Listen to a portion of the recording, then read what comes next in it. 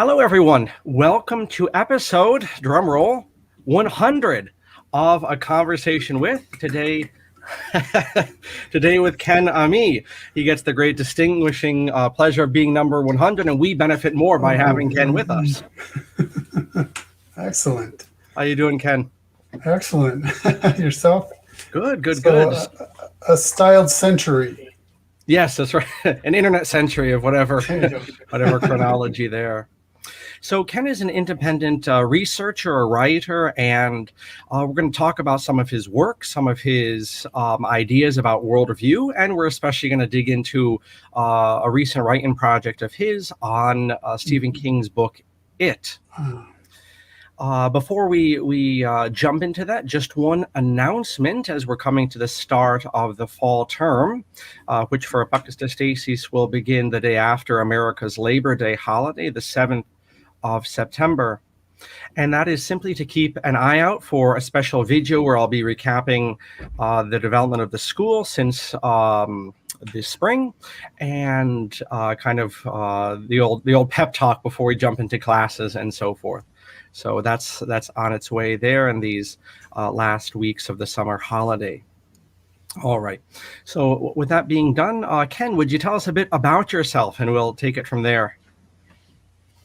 Sure. Well, I consider myself an independent researcher. I've authored many books. I've done lecturing, and I just like to dig into ideas to the point where I can understand them and then express them to somebody else. You know how they say there's no better way to learn than to teach. Mm-hmm. Yes. So yeah, for me, I mean, if I'm going to open up my mouth about something, I'm going to make sure I know what I'm talking about.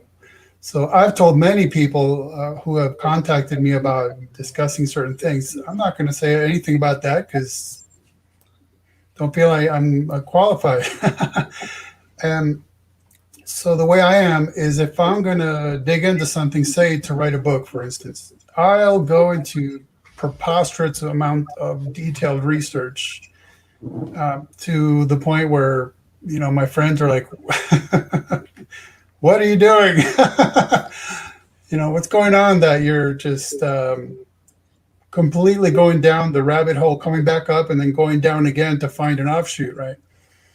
But that's just how I am. I have to satisfy myself and get a good grasp of various angles of any given subject. And then I find that, say once I publish a book, I can relate the bottom line issues pretty well, but when it comes to the details, I'm glad I wrote them down because there are times I have to look up my own books because afterwards it's all the details. For example, I wrote a book called The Golden Golem Goal that I would like to read someday, and I wrote it.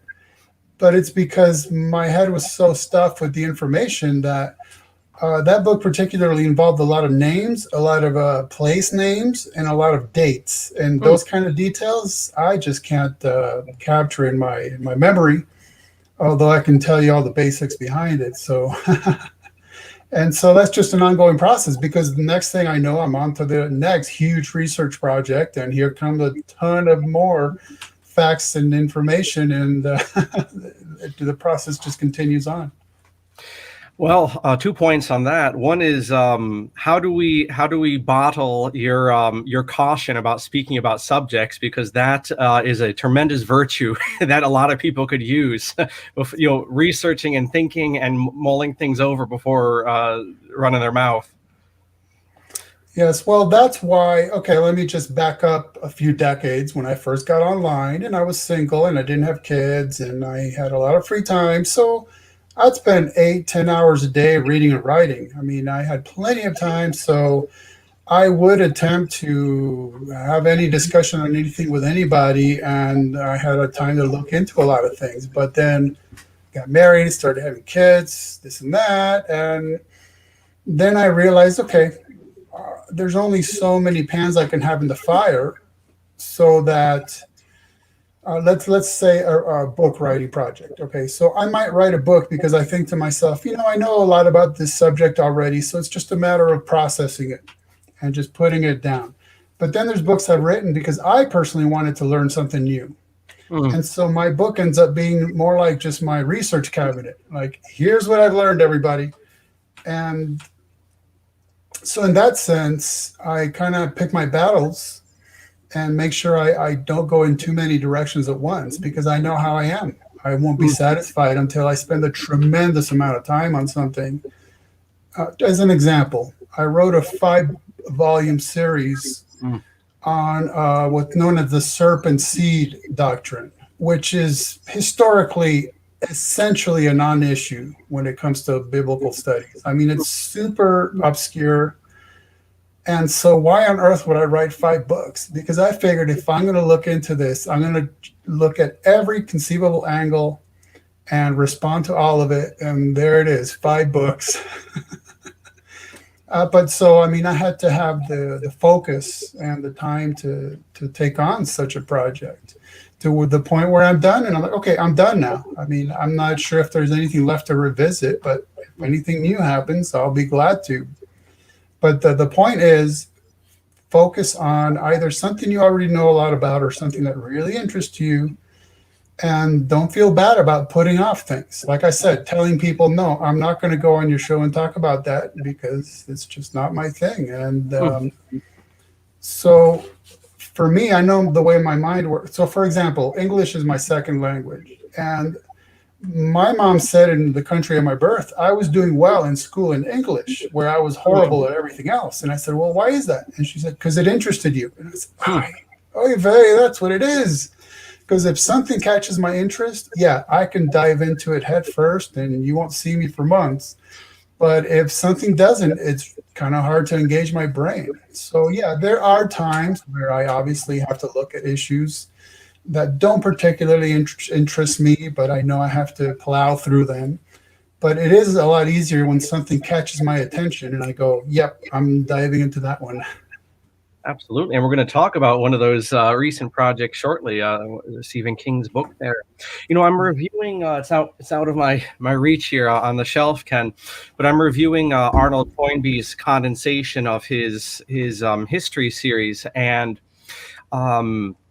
he brings up something I think that you were just alluding to as well with, it's so weird to, and I've written a little bit myself, to spend so long on a project and then you step away from it and get on with life. And Toynbee was saying when he was talking about the revision of his text, it's almost, and you go back and read it, it's almost like reading a whole new book and from someone else. It's such a weird thing because you made it and yet life's moved on and it's, I don't know, it's a weird dynamic of writing. Yeah, and it is, I've had various experiences. For instance, thinking, wow, that's good stuff. How did I come up with that? And also saying, what on earth does that mean? I don't understand what that means. And I've had to revise paragraphs because I'm sure at the time it made sense, but looking back, I have no idea what that means. Yeah. Or one time I was, I always do my final book edits by hand. So I print it out and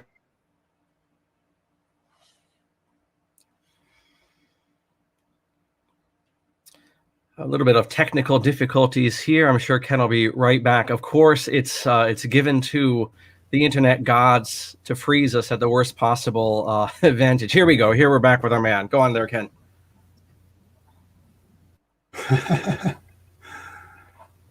the thing is, the picture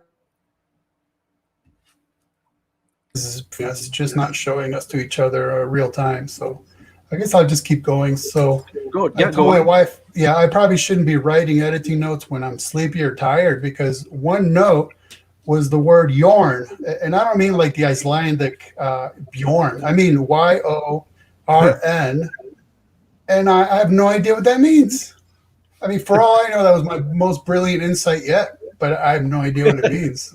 But see, the thing is, so yeah, I mean, I take in so much information, and then it's a cathartic, therapeutic experience to just, oh, I'm typing it, it's coming out. And the puzzle pieces are coming together because I'm forced to be able to be cogent.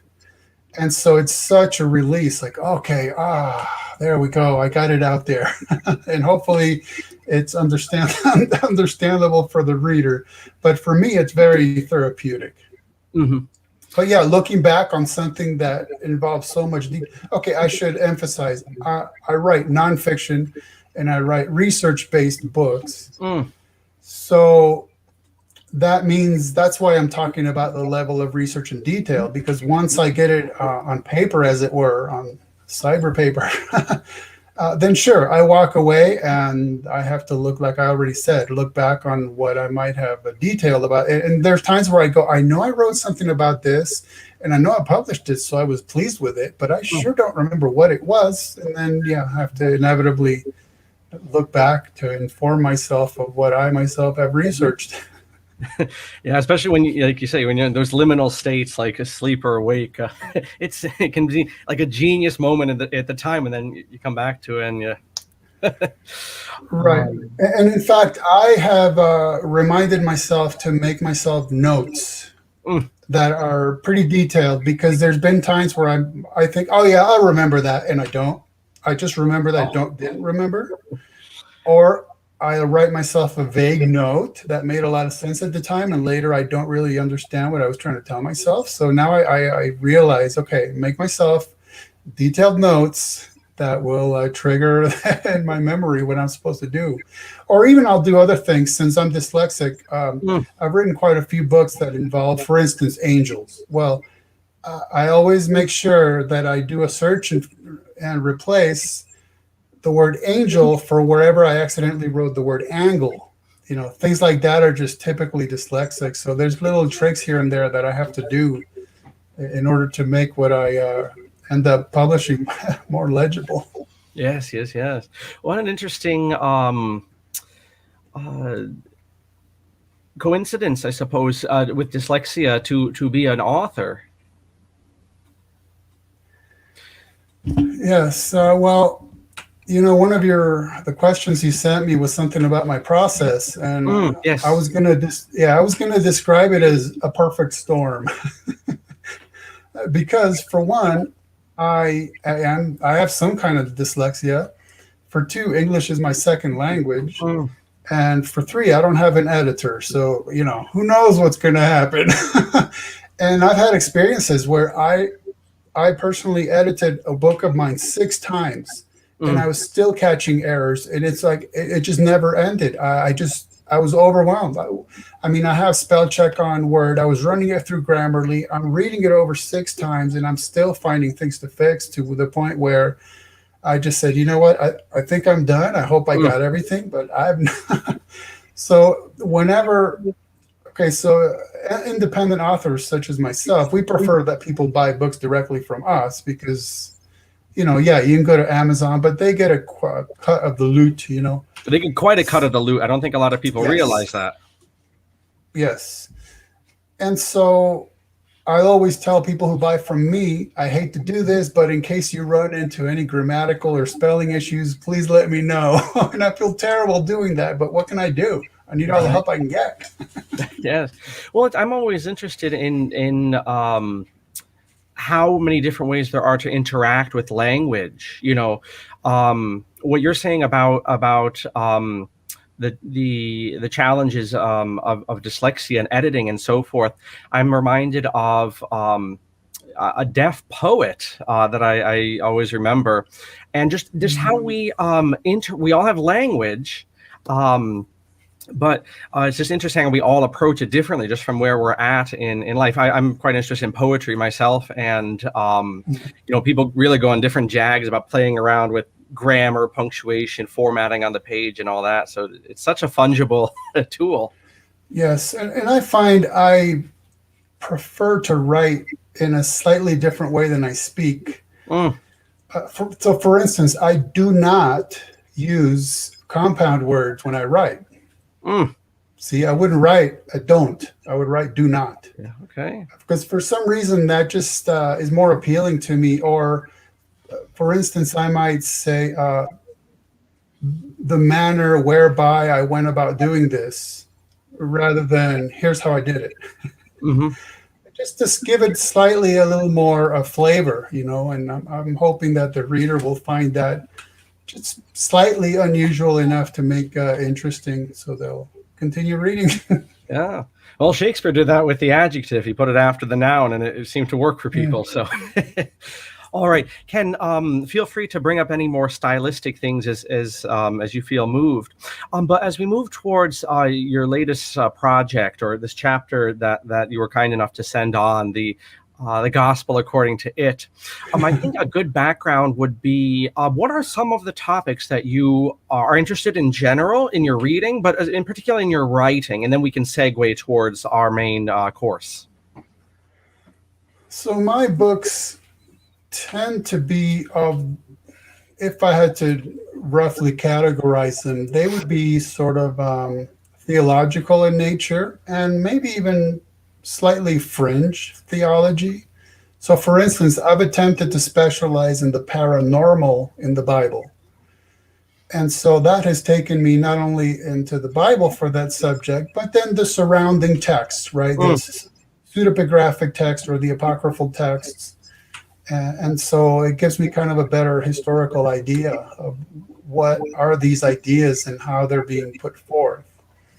And then I also like to do what some people might term cultural type commentary, where I love writing movie reviews. mm, But my movie reviews are based on worldview. They're not about the acting and the cinematography and the plot and all this stuff. I could care less about that. To me, it's what is the worldview that is being portrayed through what I'm seeing and what I'm hearing. mm. So that's always what I'm after. In fact, I was watching some ridiculous Godzilla movie once, and my wife says, "Aren't you embarrassed watching this?" But to me, it wasn't about watching giant monsters duking it out. To me, it was the backstory, right? Mm.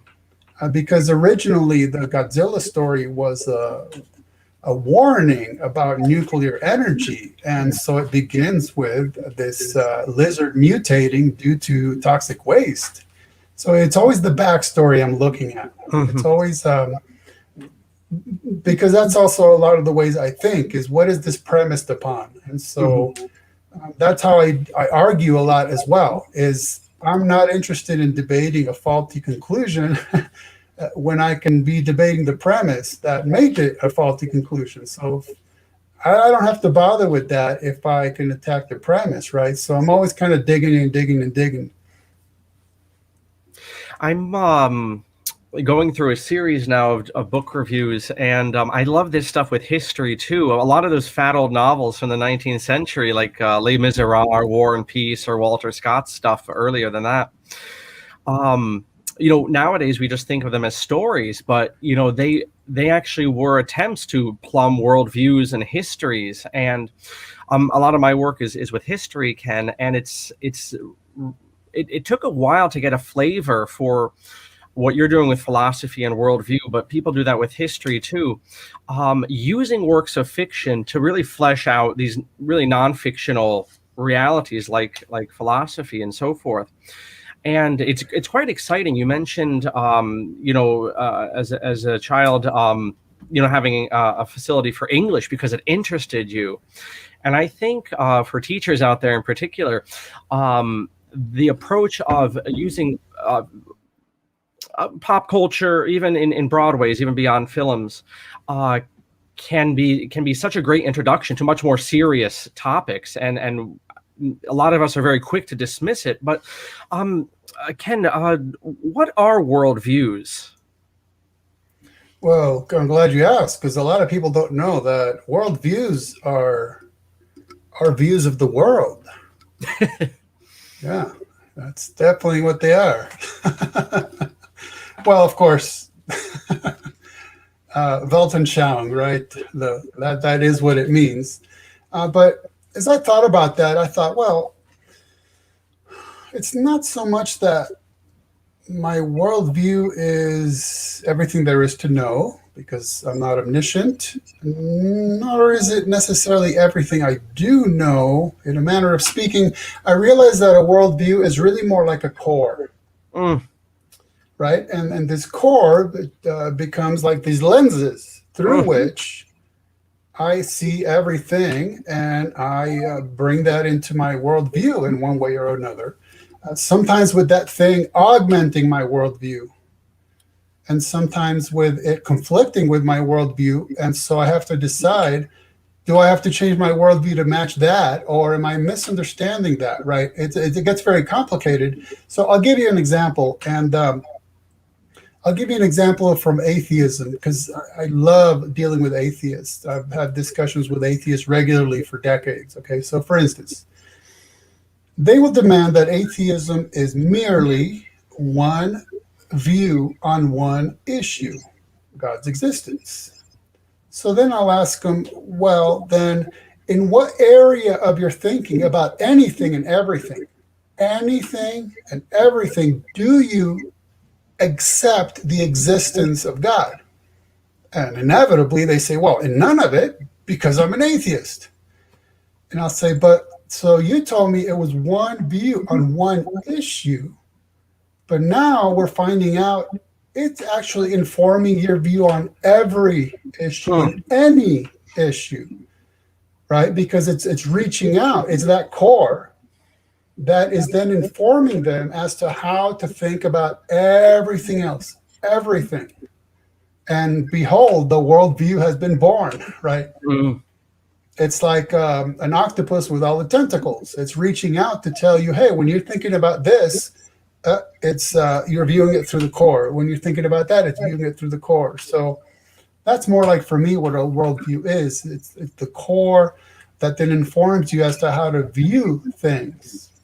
And then hopefully, going back to what I said already, hopefully you're struggling with how much to allow this new thing, because, right, we learn new things. And so how am I going to incorporate it into my worldview, and will it change it fundamentally or not? That's a whole different and very interesting issue. Yes, it's you chuckle, and people always chuckle when I ask them about worldviews and things, because it seems self-explanatory, but I think a lot of us are out of the habit of really thinking about a systematic way that we look at the world. So thank you for that explanation there. And to me, being systematic, I find, is very important. So, for example, again, going back to my interest in the paranormal, particularly in biblical studies. So I wrote one book about everything in the Bible I considered paranormal: angels, cherubim, seraphim, demons, Satan, spirits, and then issues that are roughly connected to it, right? Nephilim, quote unquote giants, just everything I could imagine. And when I finished writing the book, I thought, that's a bit much. So I ended up breaking it up into series of books, and they're called What Does the Bible Say About? And each one is a different subject, which I think is much more digestible. So I'm glad I did that. But see, I'm glad I did the research all in one giant lump, because it forced me to systematize it. I didn't just have angelology over here detached from my cherubology, or nephilology from my Satanology. It really forced me to take all these puzzle pieces that seemed as if they might not connect at all and go, wow, I'm seeing how these things connect. And it made a lot more sense in the end. I mean, from beginning to end. I always tell the true story that I know some people count sheep when they are trying to fall asleep. Well, when I was heavy into my Satanology, I would be reviewing my Satanology as I was falling asleep. And it worked wonders. How'd that do for your dreams? Yeah, I mean, it worked wonders, because by step 2 or 3, I'd be going,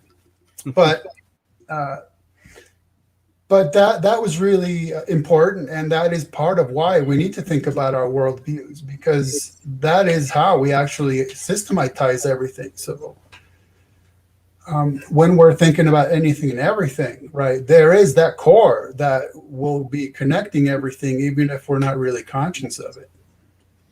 Excellent.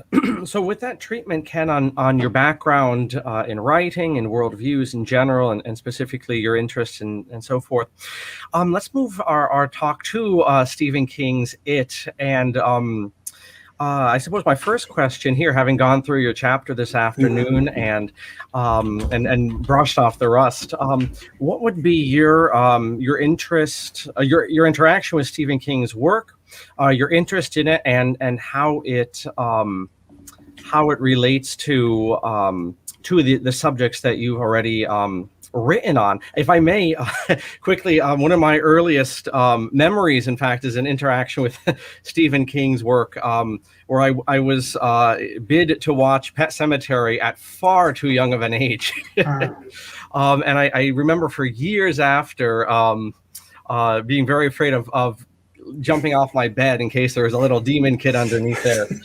But so that's my early interaction with King, and I've read a bunch of his stuff. But what's yours? Well, let me share a childhood story of mine. I would, back when light switches were actual light switches, they had an actual switch, not these flat things they have nowadays. So I would tie a string around the light switch and then get in my bed under the covers and then pull it to turn it off. Because everyone knows if a paranormal creature manifests, they can't possibly get through a 150 thread count sheet, right? Everyone knows that. How funny. Now, I must say, I've never really been into Stephen King. I read a few of his short stories. They didn't quite do it for me. Along those lines, I was much more into Clive Barker, whom Stephen King once described as the future of horror. At one point, I had read everything, at least that had been published in the U.S. by Clive Barker. So I don't know. But I was listening to a podcast by a buddy of mine, and it was really short, like 12 minutes. But about halfway through him talking about it, I thought, I'm going to write a book about this. And so there I go. So the book is titled A Worldview Review of Stephen King's It, subtitled The Mystical, Mysterious, and Metaphysical in the Novel, Miniseries, and Movies. So for one, again, I'm going to go full blast. So what you get in the book is a review of the novel and the TV miniseries and both movies. So you get it all. But see, you can tell from the subtitle and the title where I'm coming from. It's about worldviews. And it's about the mystical, mysterious, and metaphysical, because one thing I realized is that Stephen King was relaying a lot in more than one way. For one, it's over 1,000 pages, so voluminously, it's a lot. And then he was expressing things from so many angles, and I was catching a lot of it. And so being virtually unfamiliar with his work, one thing that always pleases me is when I'm going through material and I'm coming to certain conclusions as I go along. And then, so for example, when I'm done reviewing a movie, then I'll start reading about interviews with the director or an actor or King himself. And so I had a lot of my suspicions verified. And so ultimately, what he was telling us is a Gnostic tale. And he was expressing it through means of basically what H.P. Lovecraft would call something like the unnameable, right? It's something so woefully other. It's so abstract that we can't even put our finger on it. Okay, so to give you an idea, so we always hear about it is Pennywise the dancing clown, and it's basically an evil clown, but it's not. That's just a manifestation of its being. So to backtrack from the beginning, and why I call it Gnostic, is that King has a something that he calls other or another. That's it. And this thing creates a spider and a turtle. Now, it's actually a tortoise, but I don't want to get biological all up in here. But they're not really a spider and a tortoise. That's just the best estimation we have of what those things could be called. Okay. And so it's Gnostic because you have this unknown God, right? You have this Deus absconditus. It's just this thing, and it creates, And then these other things are the ones that are really active in the world. And so this so-called spider ends up finding planet Earth, and it comes to it. So now you have an alien element, by the way, because by definition, it is alien. It is extraterrestrial. Mm. And so what it likes so much about Earth is that here it found imagination. And so what it really enjoyed was it would somehow discern your deepest fear, and it would manifest itself to you in that form. Okay, so in the book, this is a lot more evident because it manifests. So there's a kid who watched a movie called Teenage Werewolf. So it manifests to the kid as the teenage werewolf, or it manifests as various creatures. But ultimately, it found a man who, within the story, there's an actual guy who was a circus performer, and he dressed up as a clown, and it liked this idea, right, of Pennywise, the dancing clown. And the man's name was Robert Gray. And so then the story kind of focuses on all these kids that are afraid of clowns. And so that's how it would manifest to them. But again, this is all just a facade, the typical ancient folklore of the trickster, right? Mm-hmm. And so another aspect of it is that one reason it liked scaring you before consuming your corpse is that the fear causes the body to produce certain chemicals that then are released into the bloodstream. And according to it, it made the meat more delectable. It gets pretty nasty. Mm-hmm. But and there's also, he's throwing in a lot of numerology in terms of the way that the occultism would consider numerology to actually be that numbers are able to be used or manipulated towards the employment of certain energies. And he's throwing in sort of governmental intrigue because you have this entire town that has a lot of military activity on it. So then it made me think if he was trying to correlate, like I wrote a chapter called The MK Interpretation of It, pertaining to the openly admitted CIA mind control projects like MK Ultra, MK Naomi, and such. Okay, so I wondered if King was hinting at that because he has the part of the story he focuses upon starting right around when the MK programs began and ending right around when they ended. So I don't know. I admitted that was speculation, but that was actually a fun chapter to write. I mean, fun like putting the fun in dysfunction, okay? and he threw in a lot of theology. He threw in, it's so dense. He jam-packed it with various layers of worldview-related issues. The book, I'm trying to think of the books that I've read from King, and is it the most Gnostical of his canon? I've not read everything by any means, but what would you say? Is it from your reading of what you've read of his very prolific output? Is it the most in that sort of a way, Ken? Well, see, again, I can't say because I've never been much into Stephen King, and still I'm not. Okay, it is definitely the one I dove into completely. I also did enjoy Dreamcatcher. Mm-hmm. Okay, now one thing you find about a lot of Stephen King tales. Well, let me back up a step. What you have in Stephen King is also somebody who has had a history of alcohol and drug abuse. Mm-hmm. And I'm bringing that up because he has said things such as that he doesn't remember writing an entire book, for instance. And so what forces were at work on him, when he was literally out of his mind, but these ideas were flowing through him? That's something to consider.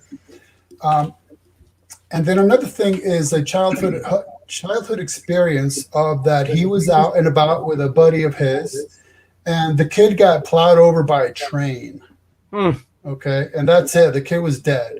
And Stephen King's parents said Stephen came home one day and he was kind of out of it, and then they ended up realizing that, oh, he actually witnessed his friend getting just destroyed by a train. And so I think that's part of why a lot of his tales fixate on, for one, childhood, for two, untrustworthiness of adults, even parents, which then caused the forming of very deep childhood friendships.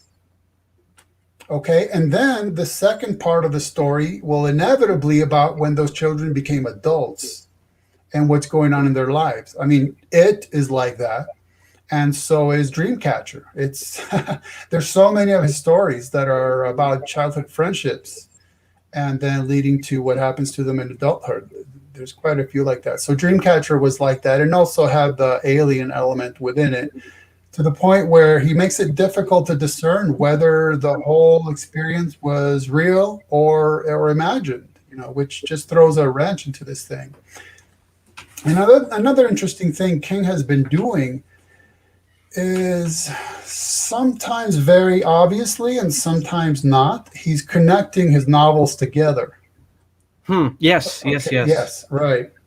So that's a very interesting thing, and there's a lot of what is called fan theories about that sort of thing. So, and it's really interesting that maybe he's finding a way to produce a meta narrative. Yes, there's between the films and the books and so forth, you have people, from The Shining being mentioned. I think the town that Derry. Yeah, Derry. But at one point, someone in Derry makes a reference to the town where Pet Sematary took place, and they say, "You got to stay away from that place, man. It's all bugged out." Or in Dreamcatcher, the alien notices a placard that mentions the kids from the It novel. So okay. Yeah. And now, incidentally, even Stephen King's son, who recently had a TV series, well, I always joke that I keep saying TV series when I should probably say Wi-Fi streaming service show or something, like, to make me sound hipper, more up to date. But even his son had a TV show made about one of his novels called Nosferatu. And I won't bother spelling it because it's spelled like the back of a license plate with letters and numbers. But it's very Stephen King-like, even though his son wrote it, obviously influenced, because it's about childhood and childhood relationships and the victimization of children, which, of course, is always a very disturbing aspect of Stephen King tales. Yes, certainly in it, as soon as other places. And regarding that idea of childhood, coming of age, and so forth, there's many ways we could approach that. But one thing that struck me from your chapter, Ken, "The Gospel According to It," from your book, is and I've never heard the take you do about kind of the half-digested religious ideas that children get. But as a background, before I revisit your particular take, others have commented on it about the sort of commentary on American society in the 50s, when the kids are growing up in that first part of the book. And there's a deeper sub interpretation about the dark stuff underneath American history, even though you have the superficial nice perfect 1950s 1960s town. But I was, as we move away from the mid 20th century, soon enough we're going to be closer to the mid 21st century than the mid 20th century, which is weird to think about. But can you talk about that? The idea, those the half digested ideas that a lot of the kids have, and they go back to it, they seek refuge in it. And I think that's such a great commentary on America of the mid 20th century. It seems very robust, but if you scratch it, it's really just slogans and so forth. Right. So, for instance, a lot of people speak of the 1950s in North America as a sort of golden age, right? Father knows best, leave it to Beaver, and just everything's clean cut and wonderful. And well, maybe it was like that if you were a honky, I guess, you know. But we have to recognize when we're thinking myopically about something like that. So I'll give you an example. Uh, my wife and kids were talking about that a U.S. president must have been born in the U.S. Hmm. Right, or Uh-huh. U.S. owned territories, and I was like, God, that's why I could never be president. Like that's the only reason. That's yeah, definitely. And so I was telling them I actually agree with that law because I found that a foreigner will either have an undue regard for the place of their birth or an undue despisement of it. Like we humans tend to function at extremes. So that's just what I've noticed. So, for example, my view of the place of my birth is a very idealistic view. I had my extended family around me. I went to I mean, I can't really, besides the fact that I was dealing with certain obvious learning disability issues, like we talked about dyslexia. I mean, I can't really think of much that was not very nice in my life. Although I might tell you a story about how I can trace the way I am today way back to then in terms of being so interested in reality and worldviews and such. But my point was being that, well, that country happens to be one where they had a few military governments in a row and things were horrendous. That's why my parents took us away from that country. It's because they were literally afraid something could happen and we could literally disappear, just gone. Hmm. Okay, so I I'm not conscious of that because I didn't experience that and I wasn't aware of it. I was a child, and to me it was very idealistic. I hung out with my grandparents and cousins, and it was great. So that's just one of those things, right? Where hey, the '50s, the swinging '50s, it was so great. Well, not for some people, and not for a lot of people behind the scenes either. And let me just throw in this story for fun. So Please. when my kids were, I think it was vacation Bible school, and they were talking about, I'm from Argentina. Okay, so they were talking about Argentina. And so my parents happened to be visiting in town, so we showed up there as the human show and tell. And and so my dad was talking about some of the issues with the horrible governments. And one of the students asked my dad, well, what if you were Jewish? Which we are, right? We're Jewish. I'm a Messianic Jew. Okay, so he said, oh, well, if you were Jewish, they'd torture you twice and then they'd kill you. And the girl goes like this, what? That's like.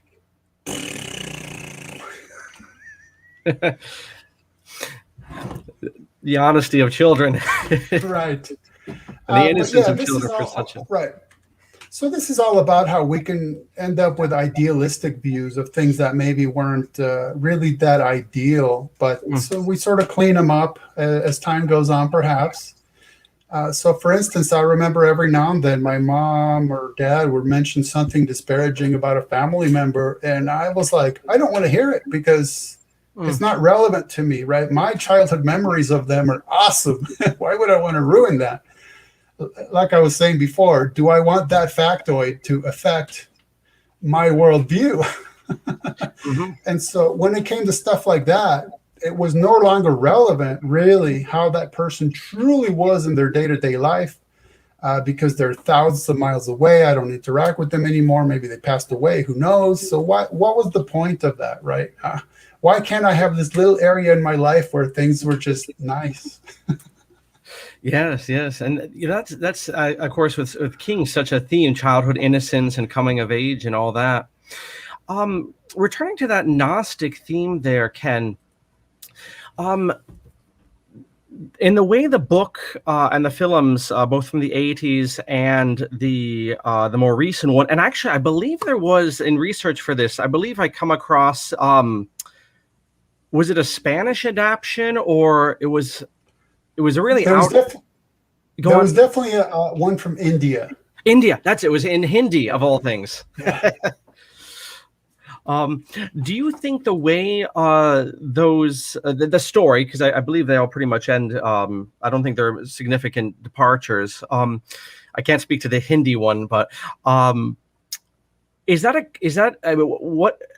what does that ending say as regards the Gnostic interpretation that you've perceived from it? I mean, is King saying the kids can get out of that worldview or transcend it, or what's going on there? Oof. Yeah, this gets very, very deep. So I'll mention, for instance, an infamous scene in the novel that the movies did not want to touch, neither did the TV miniseries, and I can't blame them, which is an infamous group sex scene. Mm-hmm. Okay, because the little gang of kids who called themselves the losers, there was only one girl. And so there's a scene where they all engage in the act. All right. Mm-hmm. And I'll admit that's a part of the novel I kind of just perused. I was really not interested in reading all the detailed account that he had there. Okay. But Sure. I can definitely tell you that he was laying on pretty heavy the idea that it was what some would term sex magic. There was absolutely an occult aspect to that sex act. And many occultists will be very open that they do consider the exchanges of energies and other unmentionables to be the things that they put towards their magical craft. So that's there, and it's extremely obvious. If you're at least a bit familiar with that sort of thing. Mm-hmm.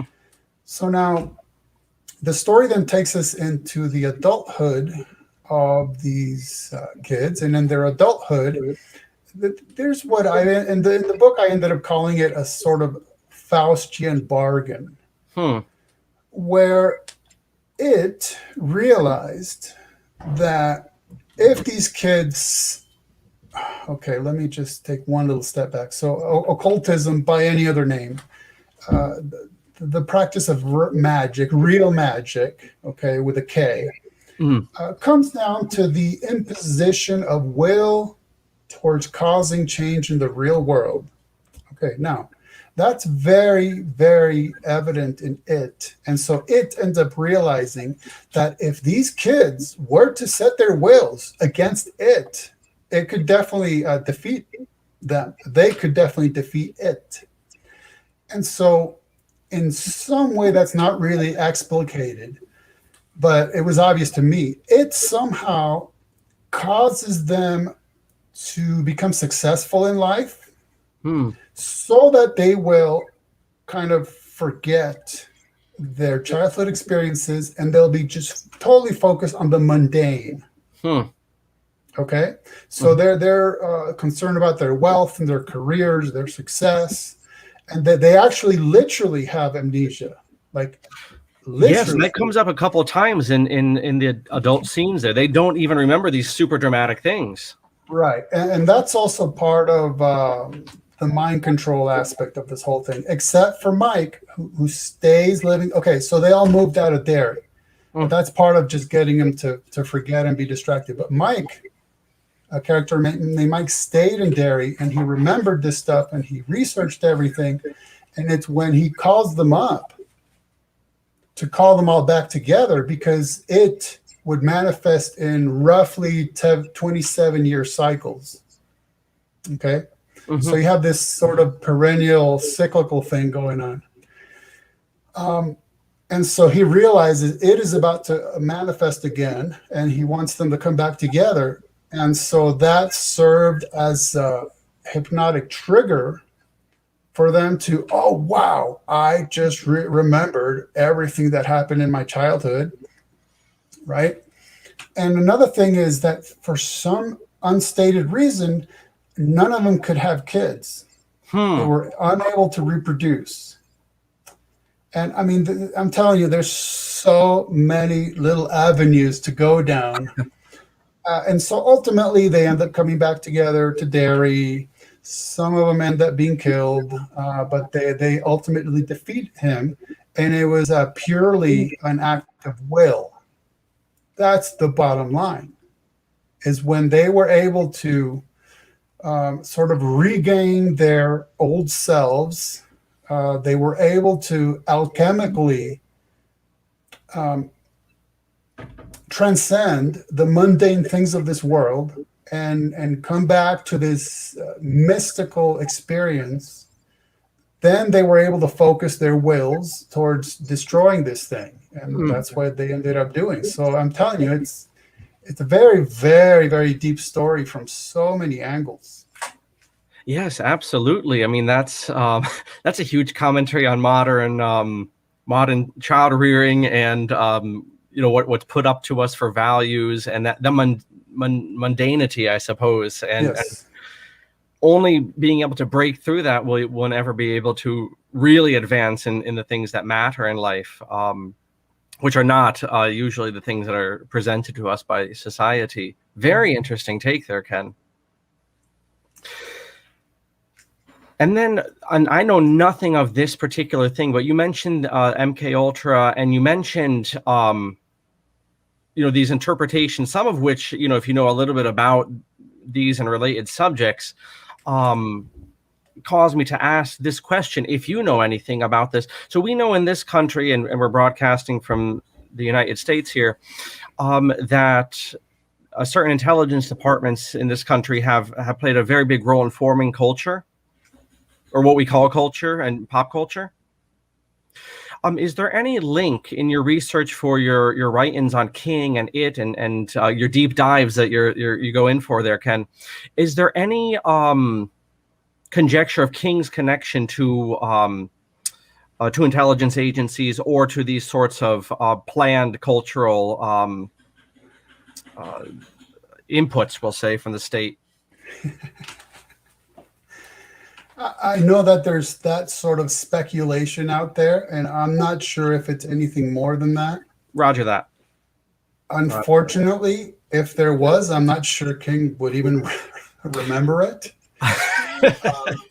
And I Yeah. mean, I'm just kind of joking about that, but it's true. Again, No, due to his alcoholism and drug use and a devastating accident that he went through, I would imagine how much memory he's lost or just never captured in the first place. mhm. But some people have speculated that if for no other reason than, for instance, if you look at his Firestarter novel and movie, it tended to, well, it did focus around the military.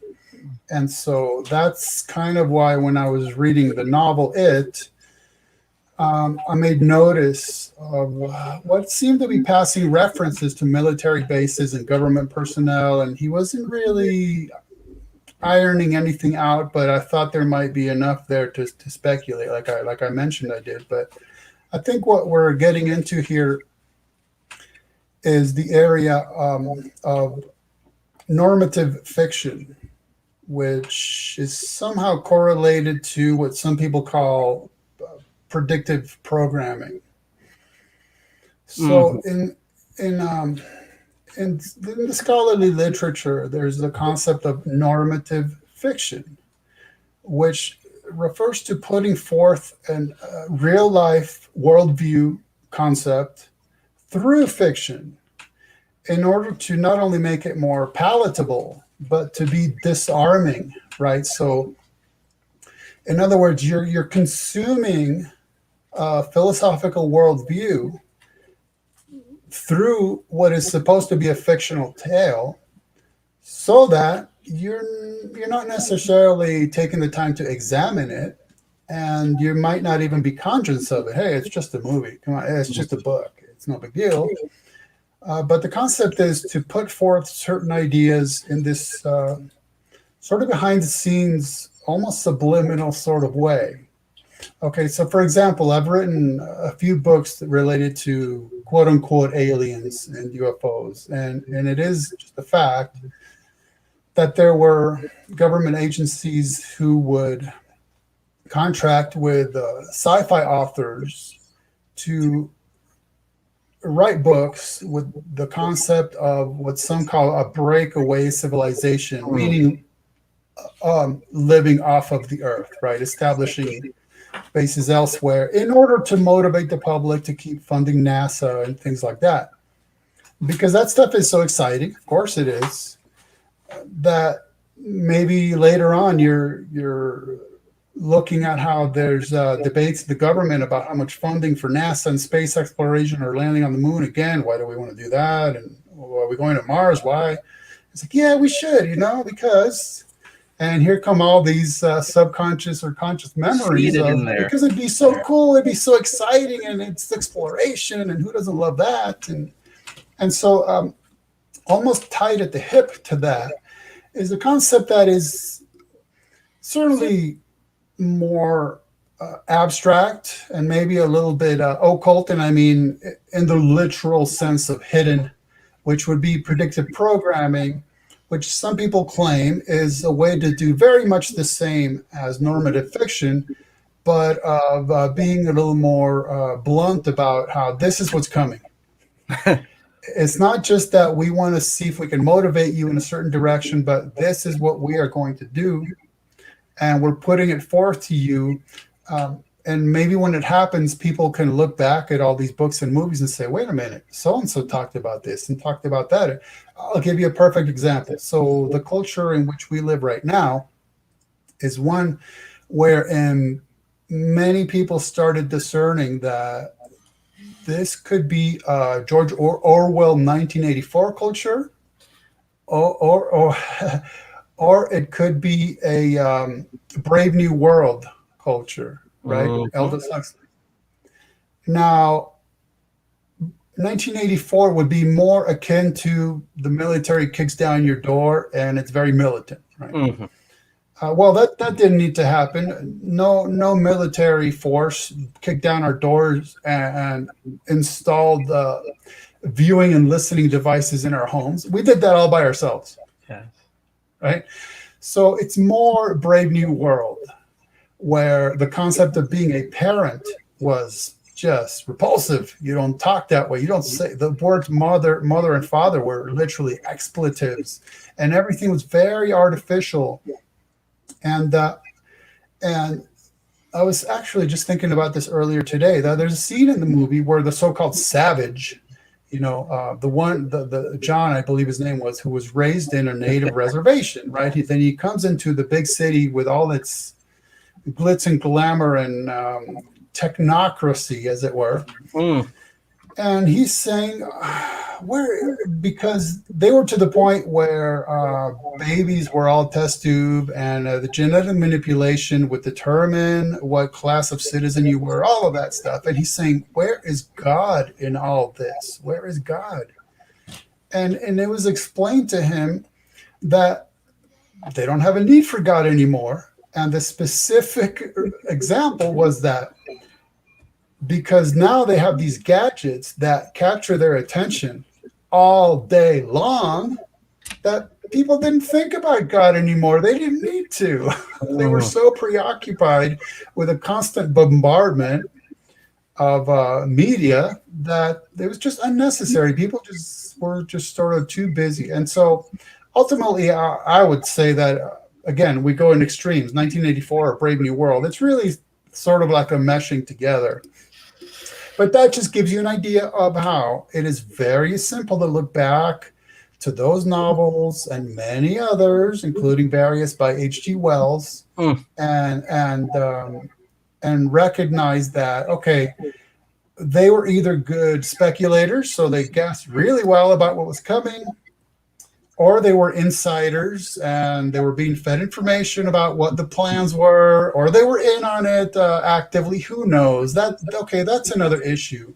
But that we can look back on tales that were supposedly fictional and see how they've been realized and recognize that there's more to fiction than something dismissive as it's just a book, it's just a movie. What do you get all worried about? It's just fiction, right? Yes, that's the That's a great way to bring it full circle. We're up on an hour here, Ken. And that's a great way to bring it full circle there, that these stories, and I think we really do, I think this is the work for teachers as soon as authors, we really do need to point this out, that these aren't just entertainment stories, but that there's a deeper matrix of meaning behind a lot of this stuff. I mean, I'm sure the state of things now, there is just, swill that's put out there to fill content, but not for And any in real... fact, I did want to take one step back, okay? Yes, sir. Which is to say, no, that doesn't mean you're going to go watch a sci-fi movie in the theater and be able to write down, this is what's going to happen tomorrow. Or Sure. It's easy to just take that too far, right? And it's easy to, oh, it's all a conspiracy, everyone's in on it, that might be exciting, but that's just, again, extremes. I'm always thinking of that, noticing extremes. One is to say it's just a book, it's just a movie, it doesn't mean anything. That's wrong. And then going way, way too far with it, everything's predictive and Yes. everything's a conspiracy. That's the other extreme, and that's also unhealthy. But see, the way I think of it is very commonsensical. Okay, if I sit down to write a fictional tale, I will, by definition and necessity, write something of my real life worldview into it, because that's what I know. As wild as I might get in my imagination, it will still have, guess what, a core of reality. Because if I set out to write a tale that is completely abstract, it'll be nonsensical. There'll be no way to interact with it, because it'll just be way beyond, kind of like the It story, when you're going back to some who knows what that created these beings, right? So by necessity and definition, we must put something of our own actual real life worldview philosophy into even something that we end up calling fiction. And that's by purpose or not. Maybe it's just subconscious, or maybe not. Right? Maybe it's like historical fiction. Right? That's an interesting genre. And maybe it's purposefully putting forth something that you're literally trying to promulgate, but you're doing it in this sort of way that there'll be less resistance to that if you said, this is my manifesto, right? Ken, I have one viewer question here, and then we'll knock off, because you've been very generous with your time here. But Susan, who is actually the lady who recommended I reach out to you, asks, do you think that drugs like LSD are basically alchemy? Aldous Huxley used it to break out of the mundane and to reach mystical experience, and he's not the only one. Well, first, Susan, thank you so much for recommending me, and I hope you're pleased with the results. Now, tied to the question of whether I think it's alchemy would be whether I think alchemy is a good idea or not. So there's sort of I would say there's a watered down, I'm going to kind of work my way towards an answer, if I may. There's sort of a watered down version of what alchemy is. Just like in the West, we like to water things down, right? Karma is just about doing good things, so good things happen. Oh, it's not, but okay, that's just a nice PR marketing selling point. So alchemy is also a lot of times defined as either a dissolution of the ego to ultimately become your real self, or maybe setting your own self aside for the ultimate purpose of transcending your little box of yourself, right? This would be more along the lines of mystical alchemy, where there's this sort of transformation. I think that, I don't know, the issue of LSD to me is very problematic. For one, okay, personally, I don't like the idea of not having my wits about me, right? And whether it's hypnosis, whether it's hallucinogenics, whether it's anything like that, that I'd be extremely cautious about that for various reasons, including that you may very well be putting another human being or some other kind of entity Mm. in some sort of charge of your cognitive functions, okay, where who knows what. Let me just break this down to the mundane level. Let's just talk about hypnosis, okay? Mhm. Just hypnosis. No big deal. Any hypnotist will tell you that they have to be very cautious about what they're doing. So, for example, not asking leading questions and struggling with the real difficult issues of whether a person is dealing with long forgotten memories that may have been repressed, or maybe they're remembering a dream, Hmm. or maybe they just have some vague memory of something they saw in a movie and they're incorporating into their lives. So it's very tricky and very messy because being under hypnosis and being on LSD is no guarantee of accurate epistemology. Okay. That's like saying, hey, I woke up from a dream and now I know some real life facts. Well, that may happen. That may be the case. It may happen when I watch the nightly news, but I'm very suspect of that as well. Yes, here, here. And, and so ultimately, when you're thinking about your mind, let me say your brain. I don't want to get into the whole dualism issue. Let's say your brain functioning in a very different way than that which it has become accustomed. That alone will tend to be a very serious issue. So then, if you end up looking at the Huxleys, not just Aldous, but Mm. the Huxleys, and the sort of things that they were into, you would be cautious to wonder about, well, was that a wise choice, right? To for instance get together with Timothy Leary and encourage an entire generation of North Americans, and of course spreading out to the world, to fundamentally deconstruct a culture that was relatively traditional. And I know that's just a very generic term, but we only have so much time. And so encourage the consumption of hallucinogenics, leading to the destruction of the traditional family, leading to so many other very problematic issues. So is that really the sort of wisdom that he gained from that, right? So that's what I would be cautious about. Is one is what sort of brain state are you getting into? Why think that that's going to guarantee you some sort of reliable epistemology? And then also looking at the fallout, right? What are the byproducts? What are the results of the Mm. thing?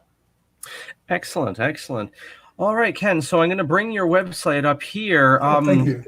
What do you and it's also down below in the description here on YouTube, and when this goes up on BitChute, it'll be there as well. So your website, which is also on your Chiron there, truefreethinker.com. I'm just going to be scrolling up and down this fine site. What are you working on now, and what are some things we can keep an eye out for? Well, if you go to the very first post there, Let's take a look at this that's guy just here. from this. Yeah, it's a brand new book I published this week. Oh, Hollywood Aliens and UFOs, third showing. So it's a series. And this one's called Close Encounters of the 666th Kind.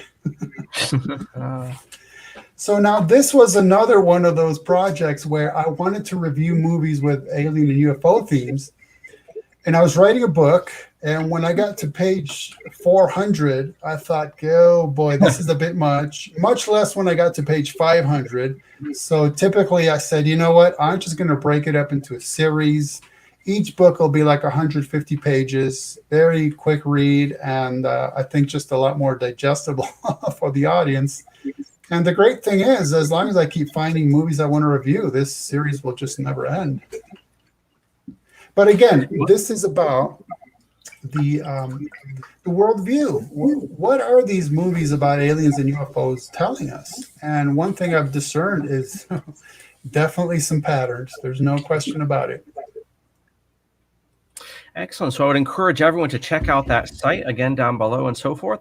And check out Ken's huge amount of books on all sorts of topics. You could have him here all night and run through them all, and we wouldn't even really scratch the surface of this man's output. So, Ken, thank you so much for your time and your insights into writing in general, Stephen King, worldview, and so forth.